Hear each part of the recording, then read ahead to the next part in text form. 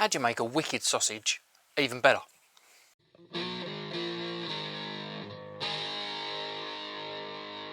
Hi, welcome along to Barbecue Life, where great barbecue doesn't cost a fortune. Today we are turning what is an already wicked sausage into something even better. So I've got some sausages from Sausage, so that's S-O-S-I-J, and he does some beautiful flavours of sausages. You may have seen the shorts video that I did a little while ago using his Korean sausages, and they are something else. Got more of them in the freezer to do some more cooks with in the future, but the ones we're using today are cheddar and jalapeno. So when I ate these for the first time, I'm like, this is like a jalapeno popper in a sausage. So how can I make it even more like a jalapeno popper in a sausage? Stuff it with cheese, wrap it in bacon, cook it on the barbecue. So that is what we're going to do. So we're going to take these sausages, take a really sharp knife because the casings are quite tough on these. It gives you a really nice snap when you bite into them. And we're just going to slice down the middle, not all the way through, so that we can kind of flay it open.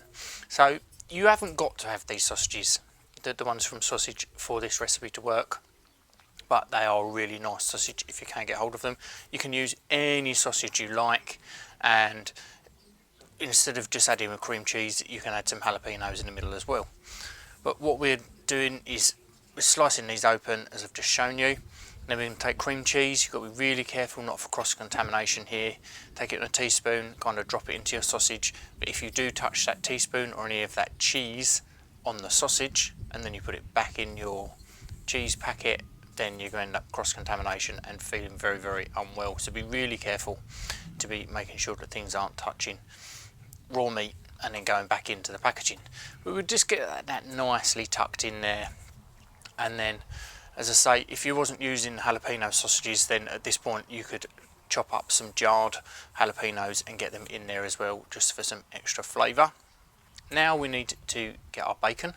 So there's two ways that we can do this. We can just stretch the bacon, or you can use the back of a knife. So I tried using the back of the knife first of all today, and this bacon that I got from Asda's today is rubbish. It's just completely falling apart. So as you can see, it's not going very well. We can wrap that around the sausage. One rasher of bacon is not enough on a sausage because they are huge, so you want about 1.5. So from now on, all I'm going to do is I'm just going to stretch this bacon before it goes on and wrap it round. The reason we stretch the bacon is because it gives you a crispier bacon end product. So if you keep it quite, it's not thick but thicker, it takes longer to render the fat out and to crisp up that bacon itself. If we stretch it, then the fat renders out a lot quicker and we get a crispier end product, which is exactly what we want. So once we've got all three of these wrapped, then we need to put these in the fridge and just let them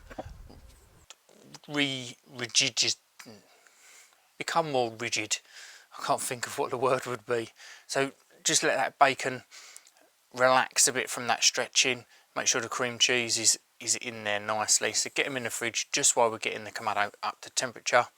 So I've used the charcoal basket today, great accessory in the Kamado Bonos, and we've got the divider in there with our Texas Club charcoal in the back, couple of fire lighters in the bottom. So what I tend to do when I'm using the charcoal basket is I put the fire lighters in, I let them get going with just a small amount of charcoal on the bottom, and then once that's taken, I start strategically placing my charcoal over the top so that we've got like little bridges of charcoal, so the fire lighter can still burn nicely underneath it. We're not smothering it, and the charcoal will take a lot quicker by doing that. So just like strategically place it in there.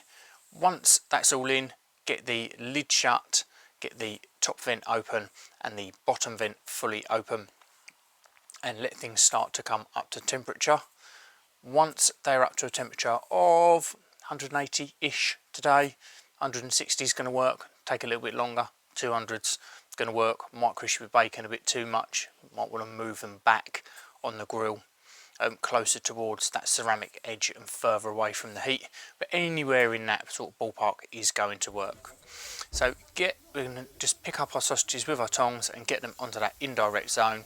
I've gone sort of halfway in, and I'll gauge where things are at my halfway mark as to whether I need to turn them or move them further back or move them further in. So get that lid shut, and we're going to leave them in there for about 15 minutes. After that 15-minute mark, now is the time to go in there and check. As I say, if you need to be flipping them round, sort of front to back, to get more of an even colour, move them forwards, move them backwards, whatever you need to do to get the optimum end product for you. Mine are sitting exactly where I need them to be. I'm happy with a temperature of 180°.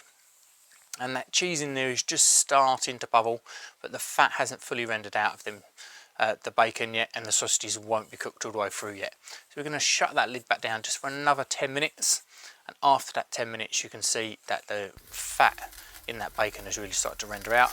The bacon is crisped up, the cheese is really bubbling, our sausages are cooked through. So now we need to glaze them. So just take your favourite barbecue sauce. So the barbecue sauce I've used today is one from Aldi's.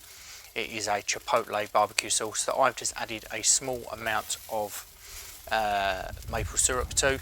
You can use whatever barbecue sauce you want, and if you want to be mixing it up and adding a bit more maple syrup to make it a bit sweeter, or a bit of vinegar to thin it down, that is completely up to you. But we're just going to take this barbecue sauce and we're just going to brush it over the top, making sure that we get all the sides across the top and down the other side, so we've got a nice coverage of that barbecue sauce. Shut that lid back down, give it another 5 minutes just to let that barbecue sauce tack up, and then these are done. So we can take them off, get them onto a plate, let them rest, let them sit there for a few minutes, because they are going to be so hot. That bubbling cheese in the middle is going to be like molten lava. If you just pop this straight in your mouth, you are going to burn. So leave them on a plate for 5 minutes. That's what I did. After 5 minutes, I cut one in half just to show you the middle, and you can see that cheese is still beautifully hot. You can see the steam coming off of it, but the cheese isn't super duper runny like it would have been when it first came out and like molten lava. And now it's time to give it a taste. Cheers.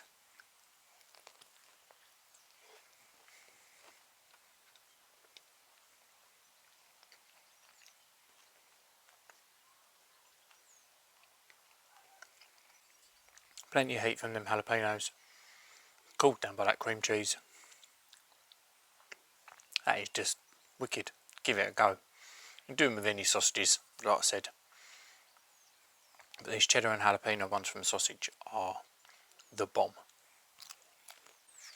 So all the usual bits. If you made it this far into the video, you've obviously enjoyed it, so do make sure that you subscribe, give it a like, leave me a comment, let me know what you think. Thank you very much for watching. Cheers.